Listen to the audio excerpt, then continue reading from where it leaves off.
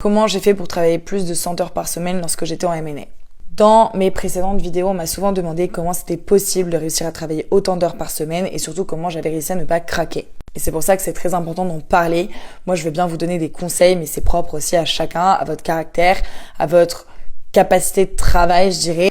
Moi, ce qui m'a énormément aidé, c'est quand même de mettre en place une discipline, un certain cadre où je m'obligeais à prendre l'air pendant mes pauses, donc ne serait-ce qu'aller marcher 5-10 minutes à l'extérieur et potentiellement faire une sieste lorsque j'étais en télétravail de 20 minutes après le déjeuner, bien m'alimenter. Ça, c'était hyper important aussi parce que si vous commencez à manger hyper gras, et c'est bête, mais vous travaillez pendant tellement de longues heures qu'à un moment donné, vous avez envie un petit peu de vous faire plaisir pendant un moment dans la journée. Sauf que vous commencez comme ça et c'est assez addictif.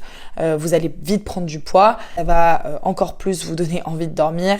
Mauvaise santé, moins de bonne productivité. Je m'obligeais aussi à pratiquer du sport. Alors je sais que oui, on peut pas toujours prévoir des séances de sport tous les jours parce que on n'a pas forcément des horaires fixes. Mais le week-end, que ce soit le samedi et le dimanche, j'allais obligatoirement au sport. D'autant plus qu'à Londres, les salles sont incroyables. Il y a des piscines, des saunas, des hammams. Donc vraiment pour récupérer, c'était trop bien.